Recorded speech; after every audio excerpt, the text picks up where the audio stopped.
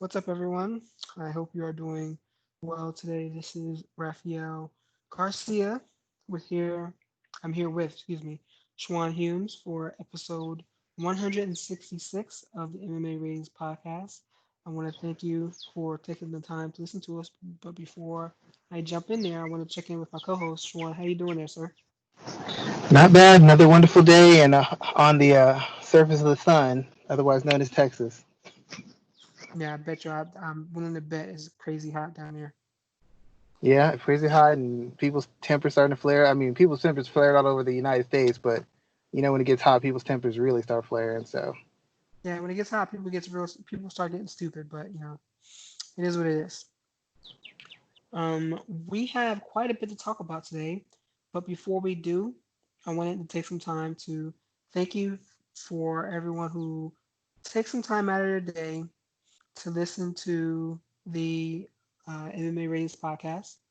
You can find our content on multiple channels, but first and foremost, you can check us out over at MMAratings.net, where you can rate the fights and let us know how excited you are for upcoming fights and what you thought of ones that have just passed using our 10-star system.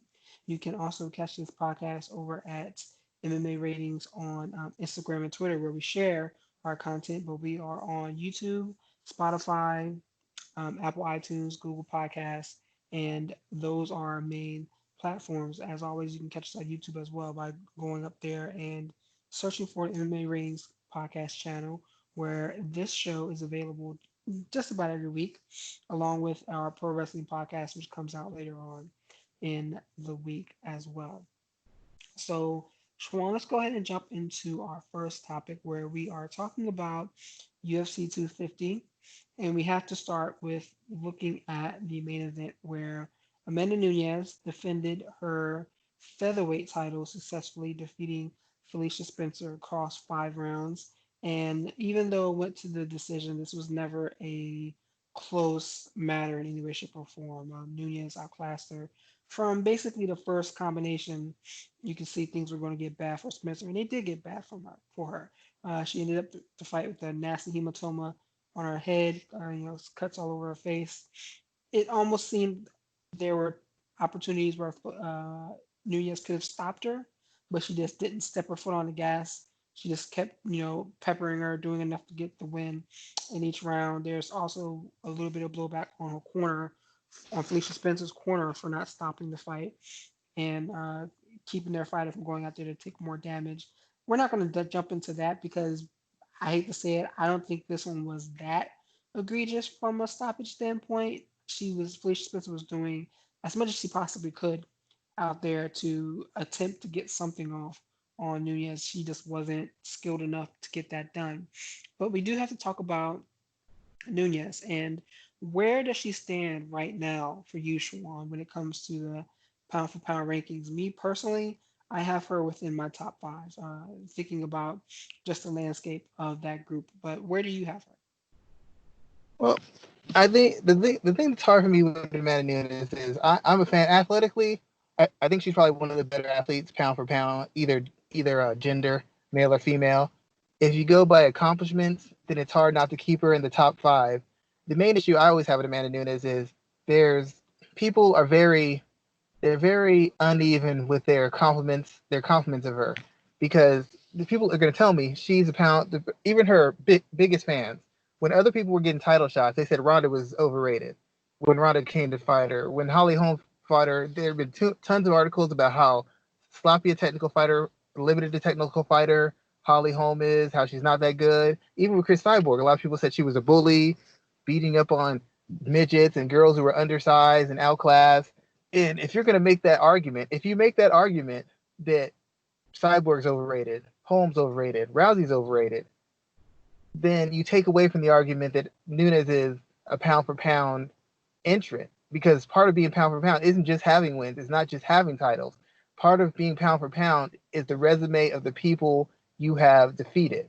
That's what separates it. That's why Conor McGregor is going to be considered one of the all-time greats, because you look at the list of names that are on his resume that he's beaten, and not just that he beat him, what they did after. He beat Max Holloway. Holloway became no worse than the second best featherweight of all time. He beat Aldo. Aldo didn't lose another fight until he fought the guy who was the second best featherweight of all time. He beat Mendez. Mendez won a couple fights. It's like he beat people and they went on to other things. He beat Alvarez, and Alvarez later went on to beat Gaethje and went on to win and won.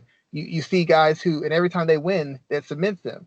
But a lot of Nunes' fans tend to take apart her opposition, and in taking apart her opposition, they essentially take away any standing she has to be a pound for pound person or to get the push that she deserves. Because you're telling me she beat up a bunch of overrated, technically limited frauds. Okay, that's fine. But if that's what she beat, then you can't make her pound for pound. Now, if you want to say that Holly Holm was some kind of expert technician, you want to say Cyborg was one of the greatest women's mixed martial artists of all time, if you want to say that Ronda Rousey is one of the greatest mixed martial artists of all time, then you can say that Nunes, you can at least make the statement or have the argument that Nunes is one of the best of all time. She's a pound for pound entrant. But people don't know how to compliment Nunes without totally tearing apart her opposition. Even the UFC does it. And that hurts her cause. Cyborg win is a legit one. Holly Holm was a legit win, but we've seen Holly Holm. She's been up and down her entire career since the Rousey fight. In the Spencer fight, though it shows a high level of class and it shows how good she is, at the same instance, it shows you that Spencer wasn't. It shows you what we already knew. Spencer was not in the caliber of skills or athleticism to even be in a fight with Nunes. She went 3 rounds and got beat the fuck up by Cyborg, a person that Nunes put away with a round with a clean KO. They're just different calibers of opponent. The only and when you look at the way she beat up Spencer, Spencer just isn't. Spencer's not even elite. If Spencer was a male fighter, she wouldn't be top 25 or top 30. So you have the number one fighter in the division beating up a number 30 ranked fighter in the division. It's impressive only because Spencer could take the punishment. If Spencer would have went out after the first combo, nobody would think well of this. But since Spencer was able to persevere and keep pushing, it makes it look more impressive because you get to see how tremendously outclassed she was technically and athletically. But this win doesn't help her cause because it's fighting somebody who, if Conor McGregor fought her, Aldo fought her, or if Max Holloway fought the male version of this fighter, we would be bashing them. We'd be like, what the fuck? What is this? What are you? John Jones gets crap for beating middleweights, top ranked middleweights who moved up. He gets crap for beating them. Nunes beat up this girl, and this girl didn't even belong in the same cage, or she might not belong in the same organization. And I think So this kind of hurts. I think you're a little bit off base there. Because saying if she was a male fighter, we would be trouncing this win. I think that's very off base. It's the fact that Nunez, she's fighting the people that are here for her to fight, going up a weight class for her to take that fight. Does that make her less of a champion or less of a success? In my opinion, no. She's fighting the people that are placed in or around her. I think she could have stopped Felicia Spencer, but she pulled her foot off of the gas a little bit. I still think that she deserves a place on the pound for pound rankings right now because of who she's defeated. As you said, she defeated Cyborg, historic fighter. She defeated Ronda Rousey, historic fighter. Misha Tate, historic fighter. Holly Holm, historic as well, and she's beaten Valentina Shevchenko twice. She's beaten Julia Budd, another champion in another um, organization. She's beaten every single person that has ever been a 135-pound champion. And the only champion I can think of that she hasn't really beaten that people know of would be Marlos Conan. She hasn't fought her.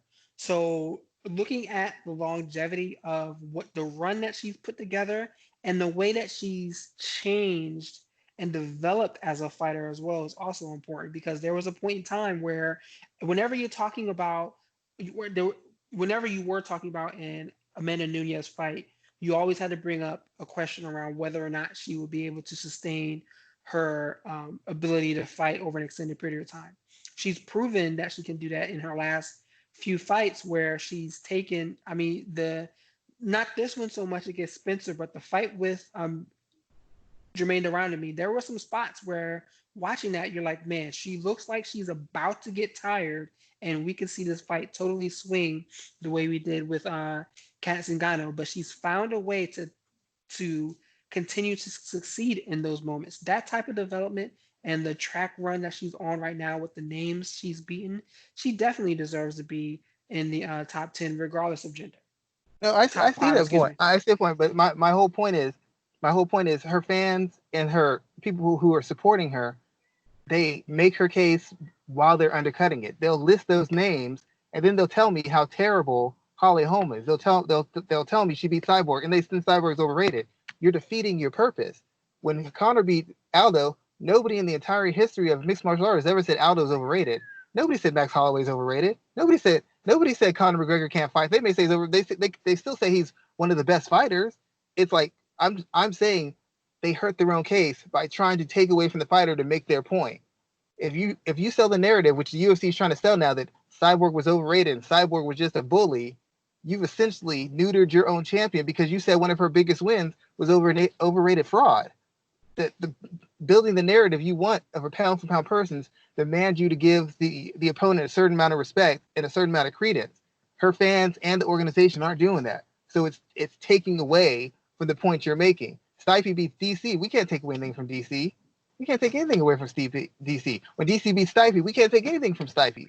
But people are actively taking things away from her biggest win. And the second part I dislike is when people give her all these credit for these wins, but then when they have these losses, they're like, "Well, that was a long time ago." You got to take the good with the bad. You can't tell me these wins all matter. All these wins you've had from the beginning of your career to end of your career, all these wins matter, but none of the losses mean anything. You've got to shoot that straight. And I think people who are fans of Nunes do her a disservice by undercutting her opposition and trying to ignore her losses. That hurts her cause. I think based on the names and based on her athletic dominance and her dominance in the women's division, you can say she's a pound for pound entrance. But if I go by the logic of all her fans in the organization, I can't say she's pound for pound. All you've been telling me is she's beat up a bunch of one-dimensional frauds. That's all y'all keep telling me. That's what Amanda Nunes is telling me. Oh, Ronda Rousey beat up a bunch of fraudulent fake soccer moms. Okay, well then you beating up Ronda don't mean nothing. Well, Cyborg's a bully and she never fought anybody her own size. Okay, you knocking out Cyborg means nothing then. I You mean, can't have well. that's all promotional talk. I mean, even the Uh, UFC, they were basically denouncing Cyborg as a bum on Saturday's show, but leading up to any other fight she had with the promotion, she was basically the world's most dangerous woman.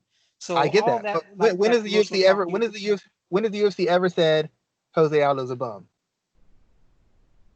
He got knocked out Jose one Aldo, punch. they haven't done that. They haven't done that to Jose Aldo, but But they've done that to that's my point. Demetrius Johnson. They did that That's to what. GSP. They've done Yeah, that to Michael Bisping. They've done that to nearly any and other and all those champion at guys any have other point in time. all those guys have. That's why there's a segment of people who have a pushback when you say that guy was a great fighter. That's why a segment of people push back against that because you can undercut their opposition. You want to sell the narrative, then you got to sell the narrative completely. I'm not saying she doesn't deserve it. I'm saying her fans and the organization undercut undercut undercut the stance they're taking. They undercut it. They hurt their own argument. That's all I'm saying. I see what you're saying. I can see that, but I don't think that that's an intelligent MMA conversation. Like that's not the types of conversations that intelligent individuals will have around the space. We know in MMA, people are going to be considered greats that still have losses on their record. I mean, there's so like MMA is different from boxing. You're not going to have men and women with 49 and 0 records, 35 and 0 records. That's just not going to happen. People fight the best people and they lose across that span. Holly Holm has a lot of losses on her record, more than a couple.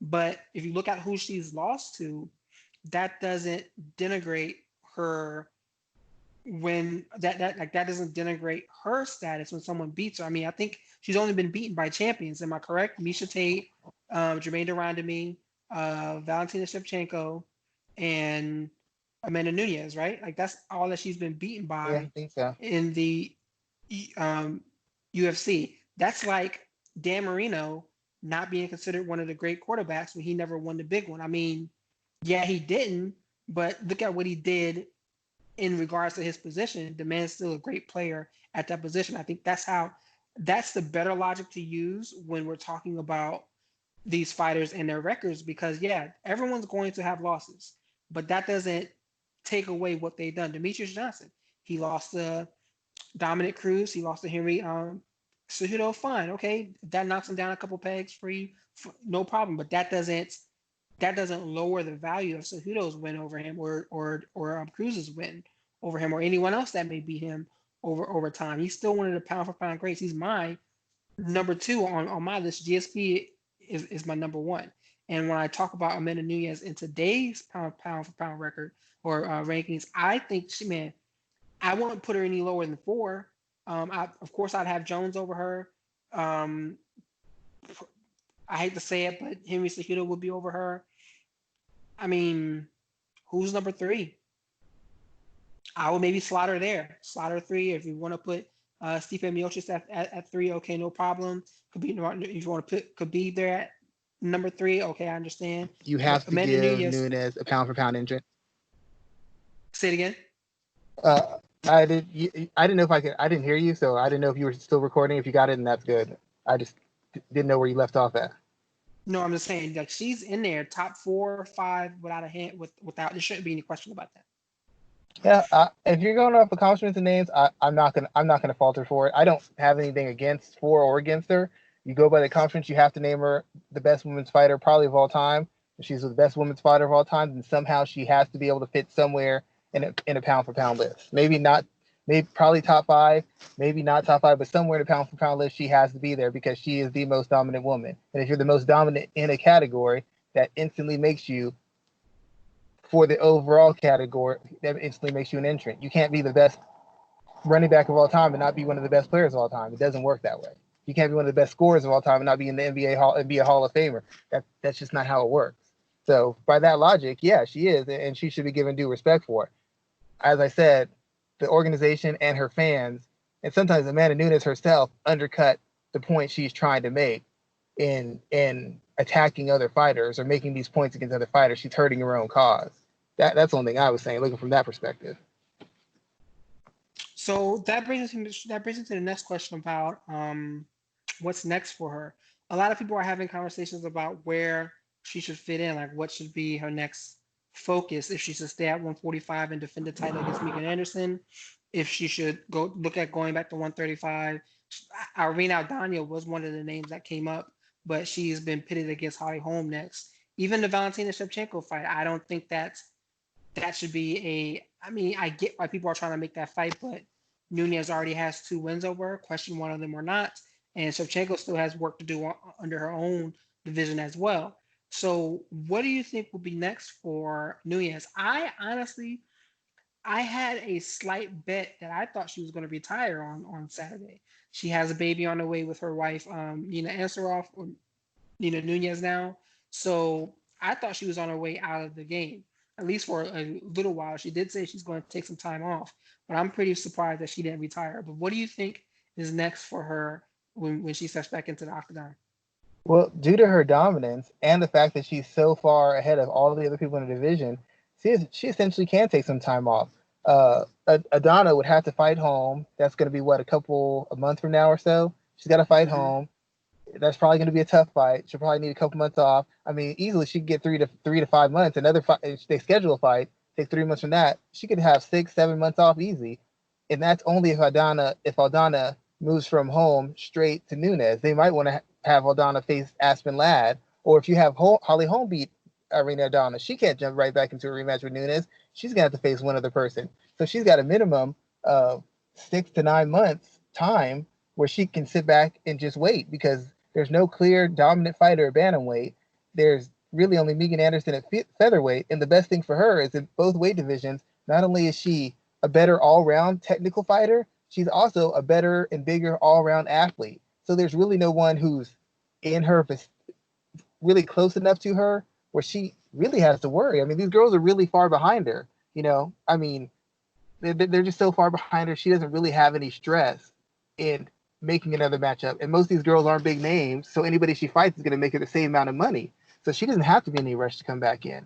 She really doesn't. What money making option is there out for her? She doesn't have any really legitimate contenders, people who are really favored to beat her, and she doesn't have any money fights out there. So what's her motivation for coming back any quicker than necessary? I mean, the only quote unquote money fights, and only one of them would be is a boxing match against Clarissa Shields. I don't think She that ain't doing that that. would ever happen. I mean, Yeah, she ain't doing that. There's no she point doesn't in work it. that work.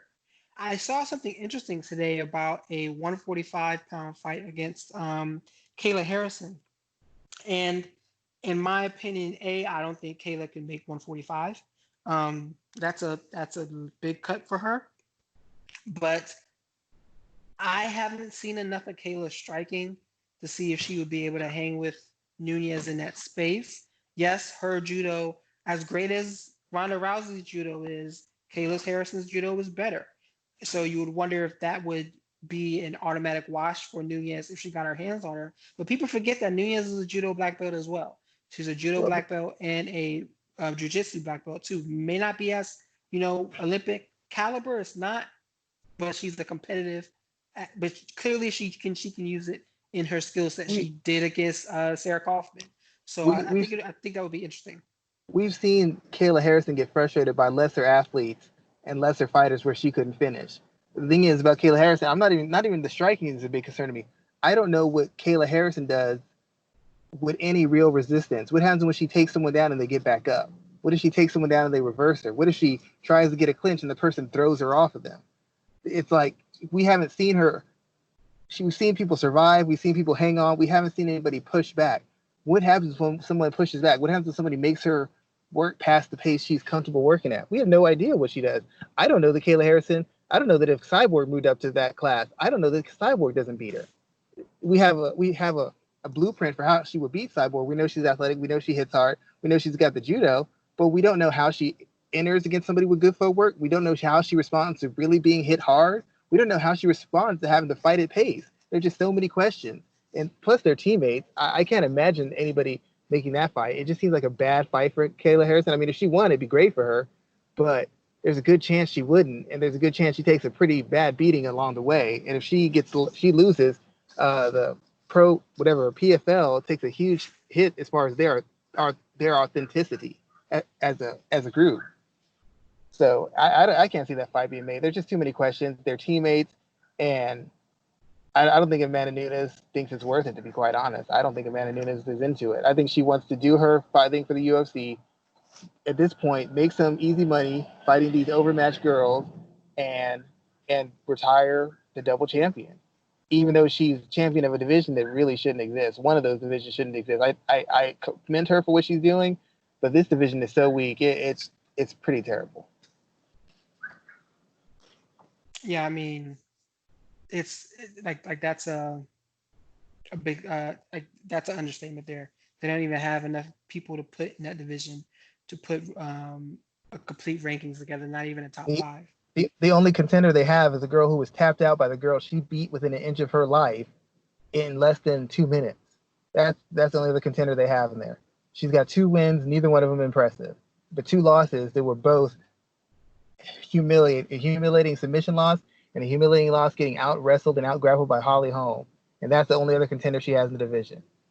I mean, I'm not bashing her. I'm just saying it just doesn't look very good. True, true.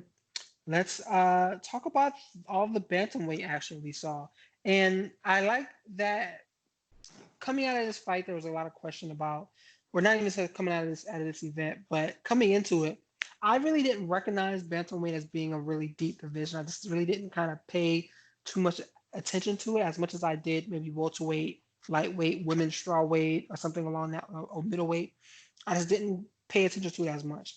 But looking at this division after Saturday, you have some names here. Obviously, you don't have a champion right now, but we have Peter Yan and Jose Aldo fighting for the title. We have Aljamain Sterling, Sean O'Malley. We have Cody Garbrandt. We have TJ Dillashaw. I mean, Dominic Cruz if he wants to come back. We have a Still solid, got favor. still have Faber, correct. There's a solid group of names there. Even Alex Caceres, he looked decent fighting there on Saturday. So you have a batch of guys who just looked great. I mean, everyone who competed on Saturday and won looked really good, really impressive. Let's start with Cody Garbrandt first, and you saw him getting the walk-off KO over Rafael Sunsao, smoking him at the end of the second round. What are your thoughts about his performance here? Is this the Cody is this the Cody Garbrandt that we saw defeat Dominic Cruz in 2016, or is this something different that we're just now experiencing? I think that the Cody Garbrandt. I don't know that we have the old Cody Garbrandt back yet. Um, I saw him fighting, and the main thing I saw that I liked about Cody was he seemed more poised. He seemed a little bit more efficient. He seemed more measured. He wasn't chasing strikes. He wasn't forcing exchanges. He was using a full array of strikes. He was being strategic, and he was being patient in in what he did in the fight. The biggest improvement I saw of Cody. That's why I can't say it was old Cody, because the old Cody was was still very wild, still very aggressive. This guy was a little bit more measured. This guy was a little bit more mature in how he was approaching the fight. So, in regard to the speed and the explosiveness, that seemed closer to the Cody of old. I haven't seen him look quite as fast in his last two fights. So he looked a little bit more physically refreshed. He looks faster, he looks dynamic. But the biggest improvement he had was the mentality and the way he approached the fight, the way he approached the exchanges, the way he approached his opponent, being very strategical, being very aggressive but controlled aggression, and waiting for certain spots to really explode and take advantage of the fact that he has such a huge physical advantage over in Sun Sao. I like the maturity, I like the patience. And then after the fight, when they were talking about the post fight, I've never heard Cody talk about making reads, noticing patterns, trying to be sharp defensively and look for his spots. I've never heard him talk like that in his earlier stages or in any of his fights with Team Alpha Male. Not saying they're a bad team. I just never heard him say such things. When he was fighting for Mark Henry, it seems like he's paying a lot more attention to the finer details. And if he pays attention to the finer details, the more technical and strategical aspects, then even if he doesn't really make huge steps forwards technically, he's still going to be a handful. He's going to be a handful for anybody to beat because he's so far ahead of them physically. And now he's fighting with intelligence and self-control. So when we saw him land that big shot on Saturday, that was his first win. He's lost three in a row. He lost three in a row heading into this year. He was unranked. What do you think is next for him? Should he be someone who faces another top contender, let's say Sean O'Malley? I personally don't agree with that. I think he should fight someone that is coming off of a win or someone in that division that is like right, fringe top five. I'm pulling up the rankings right now and looking at the bantamweight division. I could see him facing someone like, well, he just lost to Pedro Munoz. Did he lose to Jimmy Rivera? I don't think he. I don't think he fought him. He lost to TJ. He lost to TJ Dillashaw. He lost to Pedro Munoz and Cody. No, he lost to no. So he lost to TJ Dillashaw twice and If I'm not, Pedro Munoz. So maybe he takes a fight against Corey Sandhagen. Maybe he takes that fight next. Maybe a fight against a Jimmy Rivera would be good as well. But something that's like right outside of the top 10. Well, that is within the top 10. But something that keeps him active. But I don't think he should be in that title picture. I don't think he should be the number one contender. People are going to be excited about him. And I get it. He had a big, nasty knockout. But the number one contender, in my opinion, is none other than Aljamain Sterling. And he did what he needed to do on Saturday to kind of prove that point, submitting Corey Sandhagen in less than 3 minutes, I believe less than 2 minutes. What are your thoughts about what you saw from Sterling on Saturday? Is he your number one contender? before I jump into that, the one reason people are saying Cody should get moved right up is because Assunção, out of all the bantamweights who fought, Assunção was the guy who's the most proven outside of Cody having an actual title ring. Because I mean, Assunção's fought a who's who over a 10-year period of time. He's fought the best of the best. He's the guy who's routinely beaten top 5, top 10, top 15 guys over and over throughout the history of his career. He split 2 fights with Moraes. So Cody knocking him out, it doesn't overshadow Sterling so much, but it overshadows pretty much anybody else because he was the most durable, pretty much the best all-round skill guy and the most accomplished guy. He's faced the best, and he's won against them. He's lost some, he's won some. Sandhagen has been pretty unproven against the top guys. Peter Yan hasn't fought a top 10 guy yet. And what's his name? Sean O'Malley hasn't fought a top guy. So if you go by who they fought and what that person's accomplished, then yeah, Cody's win should impact him moving up in the rankings. I personally think he should take like a rematch with Dominic Cruz. They could still sell that fight. I think he needs rounds because you can't switch all the stuff and make all the improvements in one camp. It takes you a camp or two. So he needs another fight or two to really enact all the things that Mark Henry is teaching him so that he can be the best version of himself. And I don't think they should rush him into any really dangerous fights, a high profile fight. Any fight with him is a high profile fight. But they don't need to push him in any one direction. I think he needs to take his time, stick to his craft, and make slow moves and stop trying to jump the line. Take it step by step. Another fight at least one, maybe two, and then he gets the title shot. I would like to see at least one other fight with like a Dominic Cruz type. I guess maybe Corey Sandhagen, but I somebody mean, along those lines. someone else that's a good recommendation too is Cody Stamann, who's another Yep, bantamweight who looked there you really go. good on Cody, on Saturday. I would take that too. Just a fight that keeps him busy, gives him rounds, gives him space to grow and develop, and really in, install all the improvements he's having. You can't make all those changes overnight. If you throw him in with an elite guy who's comfortable to him athletically, we might see something similar. And he's at the point now he can't afford another one or two losses. He needs to put some wins together. And I think the best thing for him to win together and get some rounds against tough, capable opposition. As far as Sterling, Sterling impressed me. I really thought he didn't have the physicality, and I didn't know that he'd be capable of pressuring Sandhagen. I thought Sandhagen would pressure him, make him shoot reactive takedowns where he could use his footwork to get away from. And even if he was able to create scrambles, Sandhagen's a pretty good grappler, so I thought maybe he could defend the takedowns, create his own scrambles, and put Sterling on the offensive. Sterling came out, cut the cage off, put pressure on him, got him up against the cage, got him down, landed some strikes, got him down, and choked him out. His camp did a great job of switching the script. Usually he likes to stay outside and peck away with long range weapons. This time he sat down on the shots and he walked Sandhagen down, and Sandhagen was not prepared for it at all. Sandhagen had no answer because he did not see that coming, and I didn't see it coming either. Sandhagen caught totally off guard, and he got finished before he could make an adjustment. That was the best showing I've seen from Aljamain Sterling. And if he can show that kind of diversity on a routine basis, then it's going to be a trouble. Anybody's going to be in trouble against him because now you know he can fight at distance. He can fight walking you down. He can fight off the back foot. He can walk pressuring you. That's a tough guy if he can do that. If he can pull those tricks on a regular basis, that's a hard guy to beat. So, how realistic is it for us to think of Aljamain Sterling as potentially winning that bantamweight title if he was to face either Aldo or Jan? My main question with Sterling, he is that he to me he's still not a really physical fighter. Like technically they compared him to John Jones. Technically he's better than John Jones, but he hasn't shown the durability or the physicality of John Jones. John Jones has muscled and bullied and taken down and beaten up some of the strongest, most physical, most grinding, punishing fighters in the light heavyweight division. He's just run them through. Shogun's a punishing fighter, dominate them. Daniel Cormier is a cardio freak, punishing fighter. Roughed him up, beat him up. He's done this routinely. He's beaten those kind of guys. Sterling to me has been physically manhandled and bullied a little bit against guys.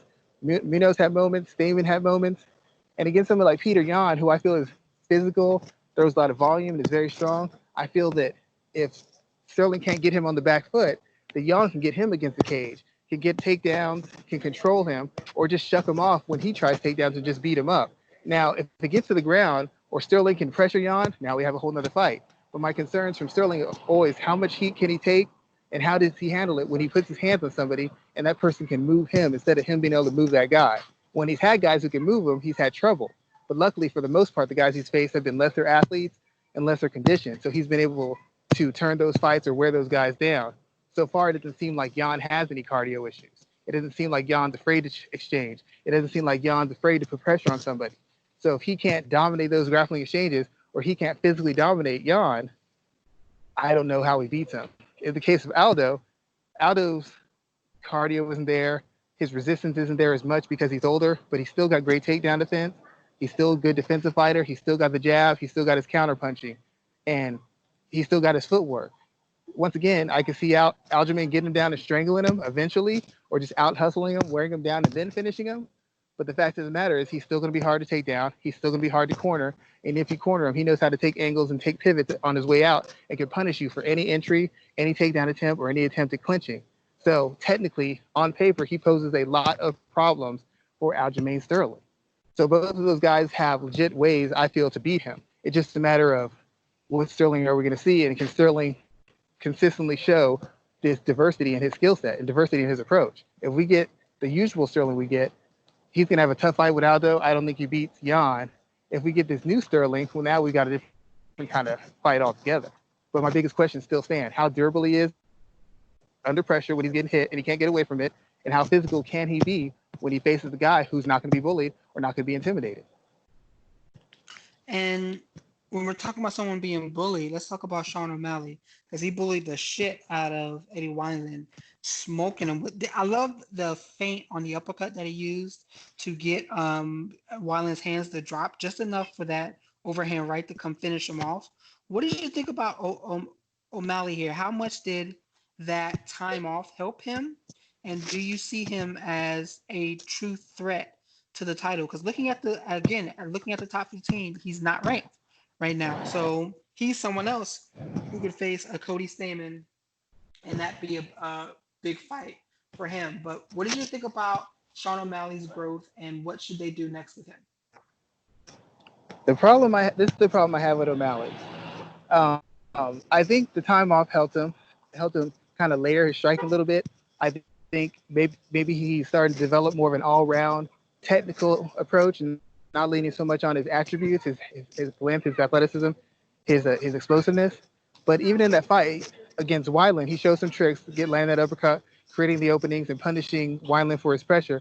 But Wineland was pretty much a showcase fight. Wineland is long, but the biggest thing Wineland has is he's long, he's got reach, he's got good timing, he's a hard hitter, he's pretty athletic. Wineland has lost a step. And when you're a guy who fights with his hands low and you're not as quick as you used to be, and your timing isn't as good as it used to be, you get hit a lot more than you used to get hit. And Wineland, now that he's getting hit the way he's getting hit, you're seeing that his shin has declined a little bit as well.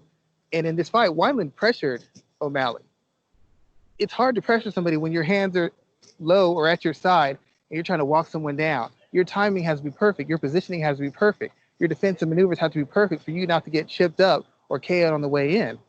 Wineland has never been a picture perfect execution type technical fighter. He's all more of a rhythm, spacing, and athleticism fighter. And O'Malley took advantage of that. But even in O'Malley taking advantage of that, Wineland landed a counter right hand. Wineland was able to pressure him and back him up to the fence. That's not a good sign because Wineland's not a pressure fighter. He wasn't throwing volume. He wasn't throwing a bunch of different strikes. He wasn't really applying a lot of pressure, but he was still able to get O'Malley to back up and to counter O'Malley early. If a faded Wineland can get to him in spots, I don't know what a Cody Garbrandt does to him. I don't know what a Marlon Moraes does to him. I don't know what a Peter Yan does to him. Hell, even a Uriah Faber might cause Sean O'Malley some problems. The fight showed me a couple tricks, showed me a little bit more maturity, but the fact of the matter is I didn't get to see much from him because he was fighting a favorable matchup against a guy who can't take abuse anymore. So what did you expect to happen? You have a worn guy with shaky defense, not really precise or sharp offense, who depends on his length and his athleticism. And he's declined in his athleticism. Facing a guy who's a better athlete, who at this point is stronger, at this point more durable, at this point hits harder. What did we really expect to happen? Ellie Wineland isn't a high IQ fighter who shows a wide array of skills. He kind of does what he does regardless of who he's fighting. It either works or it doesn't. In this case, it didn't work. He's not a good enough athlete anymore. He's not durable enough anymore. And that got exposed. It was an impressive win just because he finished it. He did what he's supposed to do. He got Wineland the hell out of there. But Wineland isn't a top 15 ranked guy. He's not really a top, I don't care what he's ranked. He's not a top 15 ranked guy. He's not a top 20 ranked guy. He used to be, his name might be, but he's no longer that kind of guy. So beating up a guy who really shouldn't be in the top 15 isn't as impressive, nearly as impressive as what Sterling did or what Cody did. Coming off of 3 losses, you knocked out a guy who's ranked in the top 10, who hasn't been stopped in like 3 or 4 years. And then you have O'Malley, who knocked out a guy who shouldn't be ranked in the top 20, whose best years were like 3 years ago before he retired. Oh, shout out to Trashy Cole fan who DM'd me, and we had a long discussion about how the vulnerabilities that O'Malley showed early in this fight. Shout out to him for having that conversation. What I do like about O'Malley is something that he said in the interviews that came after the fight, where he basically made it clear that, hey, I'm fighting out my contract. You know, he wants a new deal. He thinks that he's worth more money, and I think he's capitalizing right at the perfect time. because he got a huge knockout. He looks fantastic in doing it, and he's capitalizing and getting more money potentially out of the UFC at the right time. And I think that looking at the division, he could be easily slotted in there to face someone in this top 15 from 15 to 10, and it'd be a valuable fight for him. I don't think he should be vaulted into that top 5 group. But looking at his record, I mean, he could fight a Marlon Vera who's sitting at number 15 right now. He could fight a John Dodson who's sitting at 13, Song Yadong who's at 14, or even a Rob Font who's sitting at 10. There's names there that he could be placed against that would be valuable wins for him and also the guy that he will be facing.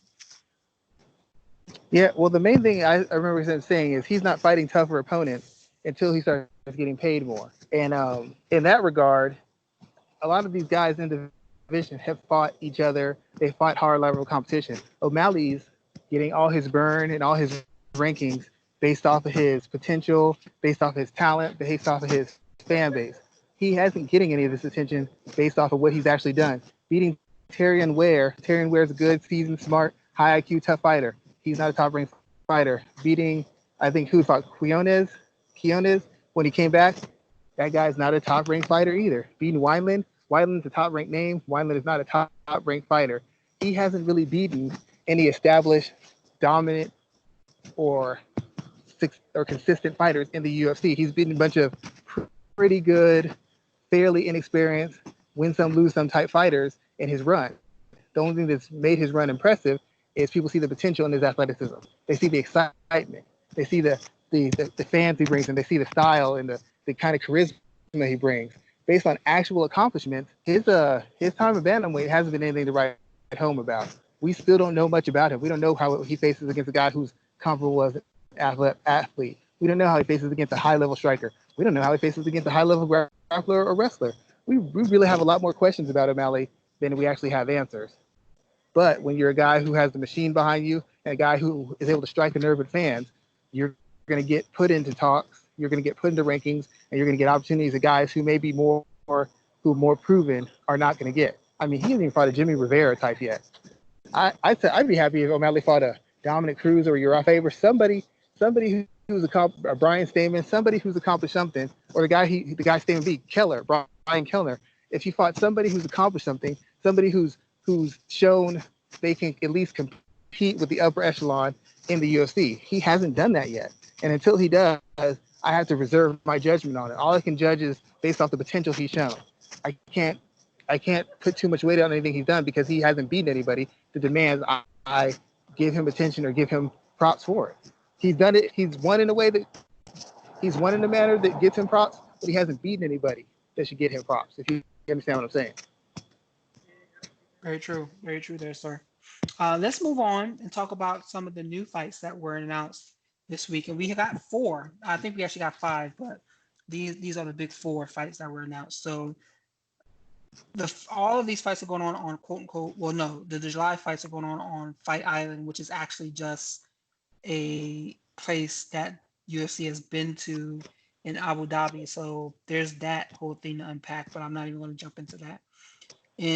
On July 11th, we're going to get 3 title fights where we're getting Volkanovski defending his title against Max Holloway for the second time, or excuse me, for like the rematch. That's a pointless fight. We're going to touch on that. Peter Yan fighting Jose Aldo for the bantamweight title, and Kamaru Usman versus Gilbert Burns for the welterweight title. So let's start with Volkanovski and Holloway. Now, your first reaction was to say that this is a pointless fight. Why is that? Well, I'm not anything against. It's not anything I have against rematches, but it wasn't a particularly close fight. It wasn't a particularly good fight. I mean, it was high level. There was high level stuff from both guys.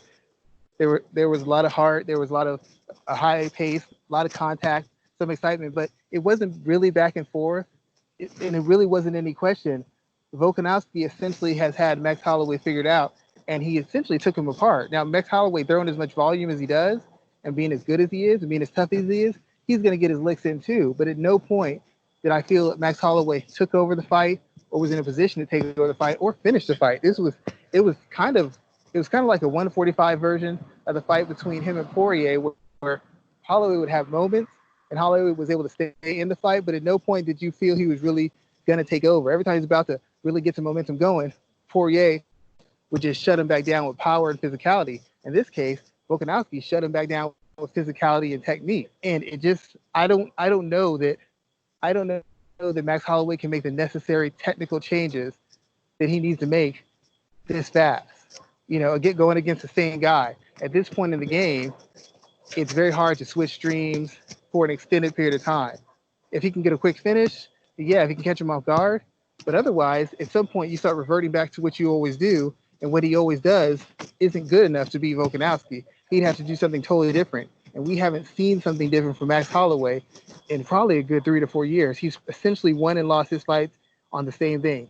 Highly technical, high volume, high contact style that depends on him being able to outwork people, outpace people, and then separate himself with technical ability. He can't outwork Volkanovski. He can't outpace him. And technically, Volkanovski seems to be a step and a half ahead of him. Now, if he comes back and wins it, I look like an idiot. But looking at the fight on paper, looking at it after watching the film, it's hard to imagine he can make that kind of turnaround. It's just really hard. I don't see how he does it. And he's not a knockout puncher either. So it's not like he's just going to snatch a submission or knock him out with one shot. He's not that kind of guy. So he's going to have to grind it out. And I don't think that he can make the necessary changes to win a grinded out tight fight against this kind of fighter. So Holloway Volkanovski here. I look at this featherweight title fight, and is this more of a situation where we're booking just for the sake of booking because there isn't anyone else according to the UFC standard idea of no there not being anyone else? But is this booking for the sake of booking because they don't want to slot Volkanovski against someone who may be quote unquote lesser known? I mean, they have Zabit Magomedov, Chan Sung Jung, even Yair Rodriguez sitting at number 5. Max Holloway just fought for the title, and Brian Ortega just lost fighting as well. So why do you think this is the fight that they went back to? Is it just because that they didn't have anything else to offer? It seems like it. It seems like they're trying to fulfill contracts, or they're just trying to. I mean, Max Holloway isn't like a superstar, but he has a certain fan base because of his style and kind of who he is and how he comes across. So maybe they're just trying to take advantage of that by having him another fight. I mean, he's a name. He's got a fan base. There's going to be some kind of excitement. And not everybody's an analyst. Not everybody's a hardcore fan of mixed martial arts. So maybe you can sell the fight that you can, when they see the fight, they see it as being very close. And if Holloway just comes out harder or throws more, it's just that simple and he can win the fight, even though it's really not that simple. So maybe they're just trying to get the biggest bang for their buck while they don't have any competition from the other sports. They're trying to make as big an impression and get as many views and as many eyes and as many sponsors as they can by putting out a card with a lot of high profile bouts on it. That's the only reason I can see to make the fight. I don't understand any other reason to make it. True. I get that. Let's talk about this Peter Yan and Jose Aldo fight. Now, out of the two fights, or excuse me, out of the first fight, you said that fight is pointless. This one's definitely pointless, in my opinion. This is a fight that should not be happening. Aldo coming off of a loss, he hasn't been the Aldo of old, and you have a division that has at least 6 guys who could have been slotted into this position and being seen as a bigger contender than Peter Yan. But this fight has been made anyway. What are your thoughts about this bout here? And are we wrong to assume that this is a crowning session for Peter Yan? Well, Yan hasn't beaten any elite guys. As tough as Yan is and everything he's shown, my concerns for him are the fact he hasn't faced anybody of comparable talent or comparable skill. He's been beating up on second and third tier fighters, and he's looked good doing it, but that's not enough to really be considered elite. This is kind of like, I don't know why they're making him take this fight. I'm guessing they want to see the belt on him, or maybe they feel that he's the future. Either way, he's got a weaker resume than Aljamain Sterling. So you would think Sterling would get this fight, but for some reason they put Yan in it. Probably because of fighting styles. Personally, I think this could still be a tough match because when Jan fought Uriah Faber, Faber gave him some trouble because Faber's he's a pot shot type guy. He throws low volume. Throws like one or two, 3 or 4 shots at a time, not at a time, but throughout a round. So it's hard to track him. It's hard to counter him. It's hard to find a rhythm because he's not giving you a lot to work off of. Jose Aldo isn't a pot shot type guy, but he is a low volume type guy. He doesn't give you a lot to work off either because if you get too aggressive, he punishes you with counters. And if you try to get entries to tie for clinches or takedowns, he pivots, he dances away, he steps off angles, and he punishes you. Even though he's not the Jose Aldo he used to, he's still a great defensive fighter. He's still got great footwork. He's still got good timing, and he's still got the jab, and he's still got the counters. Even Marlon Moraes had trouble with him. And Moraes is a more explosive fighter, not a more technical fighter, but a more explosive fighter and a more dynamic fighter athletically. So there's going to be spots where Jan is going to have trouble with Jose Aldo because Jose Aldo's got the defensive skill, the counter skills, and he's got the experience and seasoning of being in a tough fight. I can't imagine Peter Yan putting any more volume out than Max Holloway, and I can't imagine Jan being any better at wrestling than Chad Mendez, and I really can't imagine him being any more dynamic than Moraes or Chad Mendez. So there's nothing he's going to show Aldo that Aldo hasn't seen. If Aldo has anything left, Aldo's going to give him trouble. I don't think Jan's great defensively, especially with all the volume and pressure he has. And I haven't seen what happens to him when he's forced to fight over the full extent of a fight. He's usually been able to have his way more or less and have the ace in his hole that he's the fresher fighter, the more physically dominating fighter. And he'll still have that ace in his hole, but this time he'll be facing the guy who he's going to have to work to land strikes. He's going to have to work to get into the positions he wants. He's going to have to work to keep a guy in the position he wants. And he's going to have the guy who's got the skills and experience to make him pay for every mistake he makes. So while it's a meaningless fight and I don't really like the fight, based on paper and based on the actual skill and IQ of the fighters involved, I don't see how Aldo doesn't make this a very tough fight for him. Aldo didn't look bad against Moraes. He really didn't. His last 2 fights against Holloway, he didn't look bad. He got beat decisively, but he did not look bad. He hasn't looked bad in a fight in years. So he's always been a step and a half, 2 steps, 3 steps ahead of the guys as far as IQ, skill, and ability to adjust. I don't know that that's changed because I haven't seen Jan face anybody who's really made him have to work and really made him have to go to a plan B. I don't know that he has a plan B. I just think he sticks to his plan A long enough to wear you out. If Jose Aldo was 3 or 4 years younger at the same weight class, I'd say Aldo wins for sure. But this faded version of Aldo who can't really be explosive for more than spots in a fight, that guy, I don't know if he has enough. But he has enough to make it a tough fight. He has enough to make Jan have to work for that. All right. If Jan comes out the champion on Saturday or on when this fight occurs in July, who is the last person he should want to face? The last person, as far as most dangerous? Yeah. Uh, I'd probably say Sterling would probably be the most dangerous. I'd like to say if Cody had a chin, if Cody's chin was a little better, I'd say Cody was the most dangerous fight for him. Just because Cody's going to land 7 or 8 shots every round, and any one of those shots he lands is going to land clean. It's going to land hard, and I personally think he's perfectly capable of knocking Jan out. I think he's a really bad matchup athletically. I think he's a really bad matchup as regards to power. Maybe not skill, but if you look at just athleticism, level of competition, and power, I think Garbrandt would give Peter Yan a lot of problems, and he's capable of ending the fight with any strike. And Yan has not faced a guy who's really able to hurt him with strikes, and that's a big adjustment. When you never face a guy who could really put it into you at any moment. It's different, and I think that'd be the biggest threat. Sterling, just because the level of guys he's beaten, says that he should be a tougher matchup for him. But I really think Garbrandt, based on his athleticism, his power, and his speed, I think he's a really tough matchup for Jan.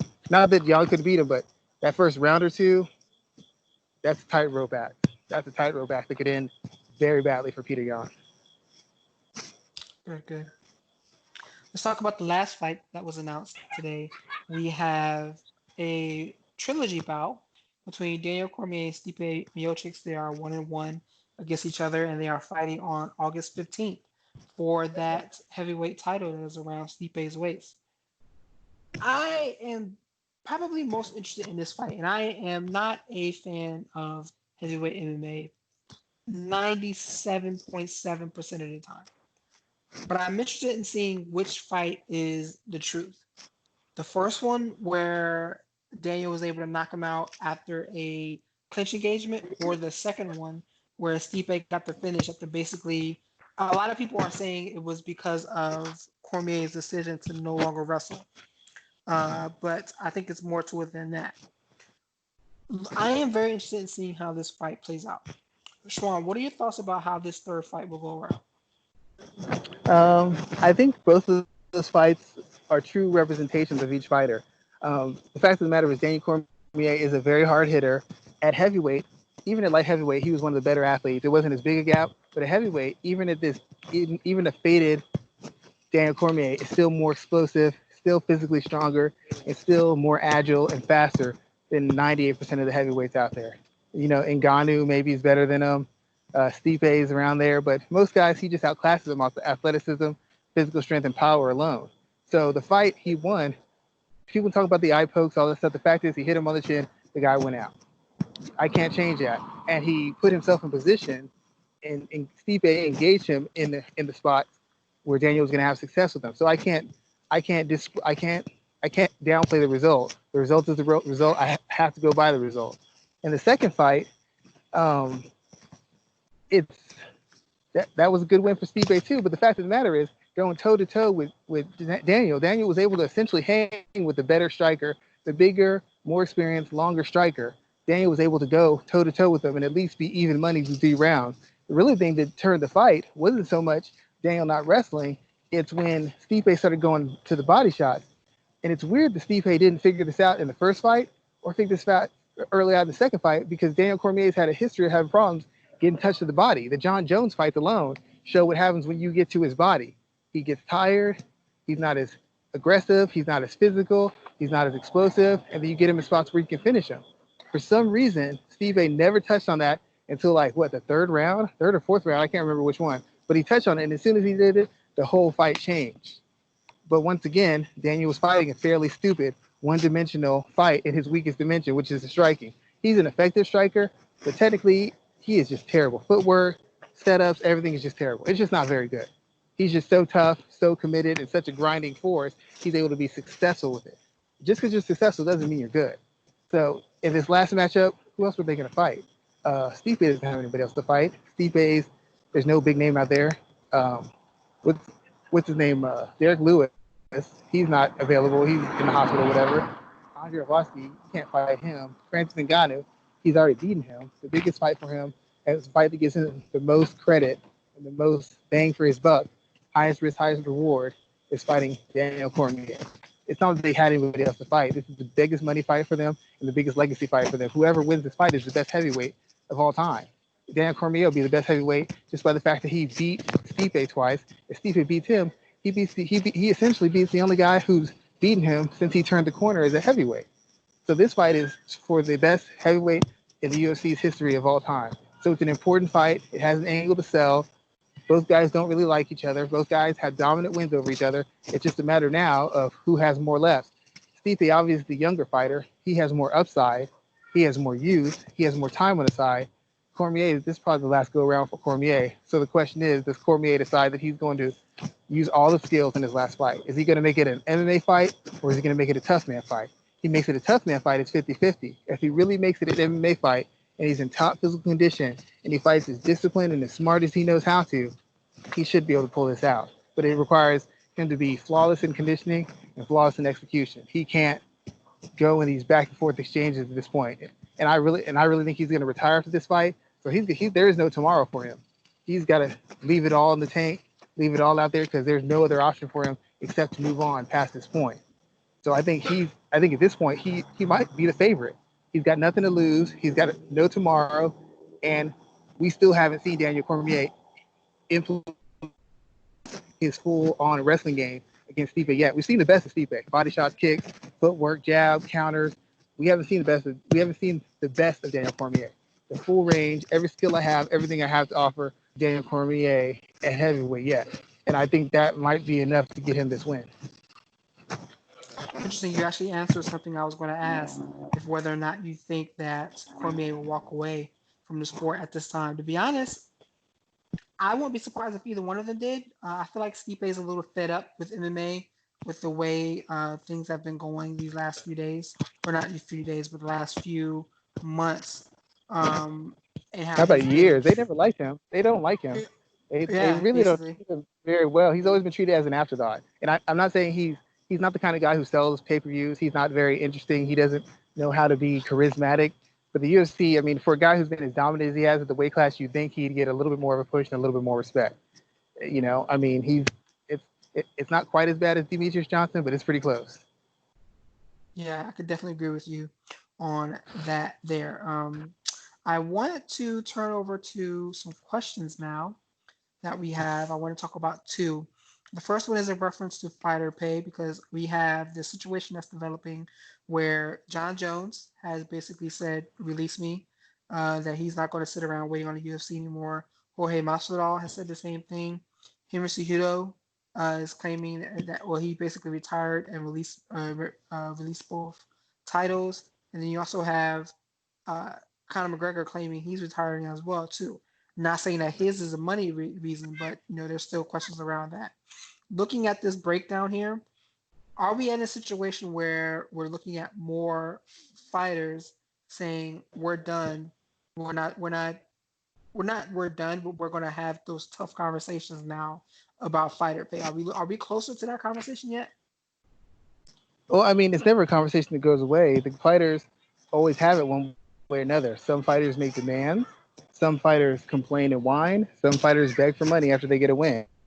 We've seen all three of them, and we've seen them pretty much for the last 7 to 10 years. So the conversation is constantly being had. The only thing is now is these conversations are starting to be had to the point where potential matchups, stars, and guys who could make the UFC a lot of money, who bring a lot of fans with them, are starting to have the conversation. And that's not necessarily new, but usually they don't do it in such a high profile manner. That's the biggest separation. People are retiring. People are saying, I'm not going to fight. People are saying, actively calling out the UFC and not doing it in a roundabout, I'm looking out for all MMA fighters like all these guys always pretend to do. They're saying, I'm getting screwed. This is messed up. I don't want to do this anymore. I'm getting played on this. But these conversations are always had. They've been had for years. We talk about this every couple months. Well, Kobe Covington was mad about the money he got. Who else was mad? Nate Diaz was mad about the money he got. Who else was it? Carlos Esparza can't afford to feed herself. It's a constant thing. The pay in MMA is not very good. It's never been very good. It's not a 50-50 split. It's not a 40-30 split. It's not a 40-20. It's not an 80-20 split. It's very unfair in the favor of the UFC. Everybody knows it. Everybody's been knowing it. It's just now because they're on a bigger platform, they're starting to get more pushback because they're on a platform that is giving them a wider range of reach, which means there's going to be a wider array of people asking questions and a wider array of journalists and people who are going to be bringing up articles and having conversations about the pay in the sport. You can't get around that. You want major sport attention, you want major sport backing, you get major sport problems. In every sport, boxing, wrestling, not wrestling, football, soccer, basketball, baseball, what do they talk about a lot? On every first take and whatever, money. How much they're getting paid, how much they deserve to get paid, who needs to get paid.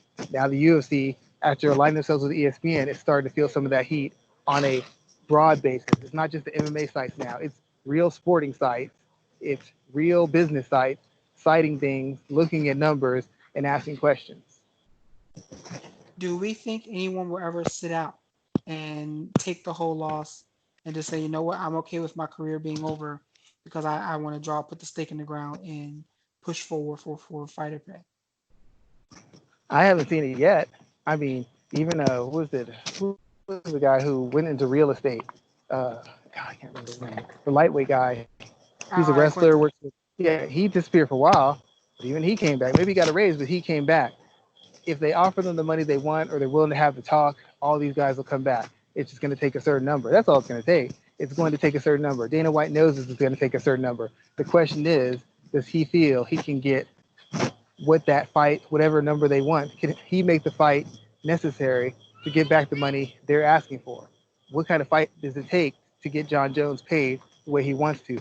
What kind of fight does it take to get Henry Cejudo paid the way he wants to? What kind of fight does it take for Jorge Masvidal to make money the way he wants to? Jorge's got the toughest bout out of all of it. because he doesn't have anybody in the division who's a huge draw outside maybe Colby Covington. If he fought Colby Covington, we'd have something there. But the thing about it is, he fought the biggest star in the division, who's only a part-time fighter, Nate Diaz, and because of that, he got pay-per-view points, he got all this sponsorship money, he got all these opportunities opening up because he fought Nate Diaz. There's no other Nate Diaz in the division. Conor McGregor is the only other guy. Everybody else isn't going to get him a big payday. I guess Nate Diaz is like what, the orange panty night, and Conor McGregor's the red panty night. There's no other panty color there because there's no other fighter who generates interest. So from this point on, Jorge Masvidal's only going to get money based off of who he fights. He doesn't make millions fighting anybody. He makes millions fighting specific people. There's nobody for him to fight to make that kind of money. At least Jones and maybe Cejudo have fights that might draw interest to get them paydays. Who does Masvidal have to fight to get him a payday? So your microphone's rubbing up against something, so there's a lot of static. So just kind of let's calm that down with this last question here. The last question I wanted to ask is, have you been following the story around CrossFit and the situation that they're going through? Have you seen this? Yeah, I caught the tail end of it. That was bad, man. So the question we got is, how long until MMA has a situation like this as well? Or is MMA so niche and so few people care about it that we'll never have that problem, even though we know that there's a lot of similar sentiment and comments and commentary within MMA. The thing with CrossFit wasn't that it was just CrossFit; it was who said it and their ranking CrossFit. So if it's some random MMA place, we know that lots of MMA is funded by white supremacists and racists. That's it's an ugly secret, but it's kind of known. It would take somebody like a Scott Coker or a Dana White getting caught in an interview or kind of getting out of character, maybe some higher up in the UFC, somebody who really matters and has a face. That's the only reason it hit with CrossFit. If it would have been an affiliate, they could have blown it off and then cut them off and said, we're done with them, made a stand, made themselves look better. Because of who said it, that's what caused the problem. So we need someone like a Dana White, Scott Coker, Ray Secco, and PFL. We need somebody like that to make a statement. That's the only way it would have nearly the repercussions or the impact if you have somebody with that kind of influence, that kind of power, who's that kind of face of the sport saying it.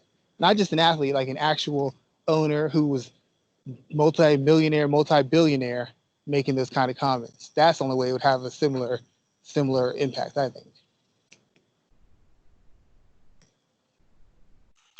Well, okay, I could definitely agree with that there. I think it's just that it would have to be huge. It had to be someone huge to make a comment such as that, and then the blowback would have to be well covered, and it had to be pretty much widespread from that point. Well, if Dana ever said something like that, even if it was just in passing, it would blow up instantaneously. If it's a tweet, if it was on a hot mic, if he made the wrong comment, it would be huge. Colby Covington, I guess, maybe could say something like that. I think there's a reason why they keep microphones away from him, because now's not the time for his gimmick. But I would think it'd have to be somebody who's really got a say in it. I mean, if some fighter says it, that's a big thing. But Dana White, the same Dana White who didn't pay Tyron Woodley, the same Dana White who made a joke at Demetrius Johnson, if he makes some kind of racial comment, all those female and minority fighters who did not get paid, it looks a hell of a lot different now. You know? Hell of a lot different. Now all those comments you make, it's hard for them to dance. You know, like at least when I talk, I'm aware of the racial aspect, but I could make some excuses. I can lie to myself. I can pull the wool over my eyes. I have some logical explanations. But if Dana White ever comes out of his mouth and says something like that, the benefit of the doubt is lost. He screwed Tyron Woodley because he's racist. He screwed Rashad Evans because he's racist. He screwed Cyborg because he's racist. Amanda Nunes didn't get her push because he's racist. He can't afford to make that kind of statement. He can't afford to make anywhere near it. All he deals with is a multitude of different races and different nationalities. He can't afford to get caught in any sort of comment justifying, backing up, or supporting anything that says anything negative. Not in his line of business. He'd have to go ASAP. I agree with that. So to close on out today, why don't you let everybody know what you're working on and what you have coming to our site soon. I keep on doing these articles on camps, and these MMA camps just keep being so bad in their preparation and their in-game adjustment. It just keeps giving me. I just keep on branching off into other cycles. So I've got a couple things written, and I guess I'm just going to kind of release them as the weeks go on for things for people to look at when they see a fight and be like, okay, clearly, Schwan said if you do this, they should be working on this. It's clear this guy didn't work on this. Schwan said you should watch film. It's clear they didn't watch film because this guy's fighting this guy who there's a lot of film on, like the Hooper versus Caceres fight. When you saw Hooper fight Caceres, he fought him like he'd never seen him fight before. It's like he had no idea what to look for. He had no idea what Caceres brought to the table. He had no idea what kind of athlete or what kind of style he was. He was just caught off guard in every single front, in every single angle, in every single dimension of mixed martial arts. How do you have professional coaches when you're fighting a guy who's a 10-year veteran in the UFC and you don't have any idea what he's going to do to you? All you have is tape on him. How do you not know that? That's a coaching mistake. So it's kind of just following along the lines of what camps should be doing and what coaches should be doing to give their fighters the best chance of winning, and the mistakes they make that not just ruin fights but ruin careers for fighters. Awesome, sir. Awesome. Thank you for that. I am working on regular content that I have from MMA and professional wrestling. So that'll be the main points for the next week or so. And I also have another interview scheduled with a combat sports photographer, which I think will be a good conversation as well. But with that in mind, we're going to go ahead and close out. So I thank you once again for everyone who's taken the time to listen to MMA Ratings Podcast episode 166. Please be sure to like, subscribe, and share our content and keep up with all the work that we're doing across MMA ratings. You can find this podcast over at Spotify, Apple iTunes, Google Podcasts, and SoundCloud. Not SoundCloud any longer, excuse me, Anchor as well. You can go over to MMA ratings on YouTube for this podcast and our professional wrestling show. And as always, you can go over to MMAratings.net to catch all of our content there. Adam Martin is doing all the writing now, and all of our main flagship content is on that site. But again, my name is Raphael Garcia. I'm at rgarcia_sports. Schwan Humes, you can find him at Black Jordan Green. And thank you once again, and we will catch you guys next week. Have a good night, everyone. Take care.